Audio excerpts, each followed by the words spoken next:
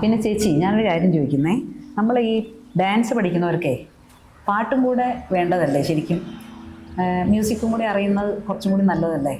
ചേച്ചി കോഴ്സൊക്കെ കഴിഞ്ഞിട്ട് വീണ്ടും മ്യൂസിക്കൊക്കെ പഠിച്ചു എന്നൊക്കെ ഞാൻ അറിഞ്ഞു. പഠിച്ചിരുന്നോ? അതിനേക്കാളും എനിക്ക് ആദ്യം പറയാനുള്ളതേ, കലാമണ്ഡലത്തിൽ ഒരു ഇന്റർവ്യൂ ഉണ്ടായിരുന്നു ചേരണതിന് മുമ്പ്. അപ്പൊ അവര് പാടിക്കുന്നുണ്ട്. പാടിച്ചപ്പോ ഞാൻ പാടിയത് ഏതറിയോ? വരവീണ മൃദുപാണി ഗീതം പാനരുഹലോ ജനറാണി സുരുചിരപം വരവേണി സുരനുദ കല്യാണി നിരുപമ ശുഭഗുണലോലെ നിരത ജയ പ്രദശീലെ വരദ പ്രിയ രംഗനായകി വാഞ്ചിത ഫലദായകി. അപ്പൊ ഇതാണ് പാടി. എന്നെ ഗീതമൊക്കെ അറിയാം.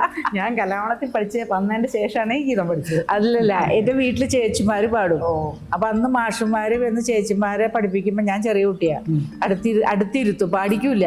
അങ്ങനെ കേട്ട് കേട്ട് പഠിച്ചോ. അപ്പൊ അവിടെ പഠിക്കുമ്പോൾ നല്ല എളുപ്പമായിട്ടുണ്ട്. അപ്പൊ അങ്ങനെയാണ് ഇന്റർവ്യൂല് അവിടെ എനിക്ക് 1ാം റാങ്ക് ഉണ്ടായിരുന്നു. Very good. എന്റെ കൂടെ കുറച്ച് കുട്ടികളൊക്കെ ഉണ്ടായിരുന്നു. എന്നെ സംബന്ധിച്ച് അതറിയോ, ഇതേപോലെ ഒരു യോഗം കിടക്കണേ ഡ്യൂപ്ലിക്കേറ്റ് ആവാനും. അത് വിട്ടേക്ക്, അതിനെ കുറിച്ച് ഇനിയിപ്പോ പറയണ്ട. അതെ, ഡ്യൂപ്ലിക്കേറ്റ് കേൾക്കാനും ഫേമസ് ആയില്ലേ പറഞ്ഞ പോലെ. ഗിരിജ എന്ന് പറഞ്ഞാൽ ചിലപ്പോ ഒരു പക്ഷേ കുറച്ച് ഒരു 10, 20, 200 ആളുകൾക്ക് അറിയുന്നു. പക്ഷെ കലാമണ്ഡലം സത്യമാവെന്ന് പറഞ്ഞാൽ അങ്ങനെയല്ല, കേരളം മുഴുവനും പറയാൻ തുടങ്ങി. അങ്ങനെ അവിടെ നിന്ന് മുടങ്ങി സംഗീതം. പിന്നെ അവിടെ ഫസ്റ്റ് ഇയർ നമുക്ക് രണ്ടും പഠിക്കണ്ടേ. സംഗീത സബ് ഉണ്ടല്ലോ അവിടെ, സബുണ്ട്. അതിന്റെ തിയറി ഉണ്ട്. അതിലൊക്കെ പിടിച്ചു നിൽക്കണം. കാരണം ഞാൻ സ്കൂളിൽ പഠിക്കുമ്പോൾ വെറും പാട്ടായിരുന്നു. ഡാൻസ് എന്ന് പറഞ്ഞാൽ എന്താണെന്ന് എനിക്കറിയില്ല. കലാമണ്ഡലത്തിൽ എത്തിയപ്പോൾ ഞാൻ പാട്ടുണ്ട് കലാമണ്ഡലത്തിൽ എന്ന് പറഞ്ഞാണ് അപ്ലൈ ചെയ്തത്.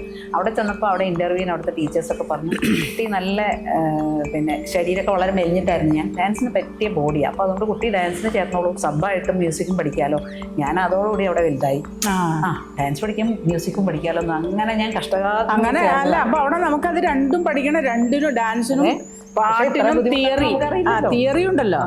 തിയറി ഇല്ലാതെ പറ്റൂല്ലോ. സംസ്കൃതം ഉണ്ടായിരുന്നില്ലേ? സംസ്കൃതം പഠിക്കണമായിരുന്നു. പാട്ട് പ്രാക്ടിക്കലും തിയറി ഉണ്ട്, ഡാൻസ് പ്രാക്ടിക്കലും തിയറി. സംസ്കൃതം വേറെ ഉണ്ട്. ഇത് ഇവരുടെയൊക്കെ വിചാരം എന്താ പറയുക, നമ്മൾ വെറുതെ അങ്ങോട്ട് ഡാൻസും കൊണ്ട് ഇറങ്ങിയിരിക്കുകയാണെന്നാണ് വിചാരിച്ചത്.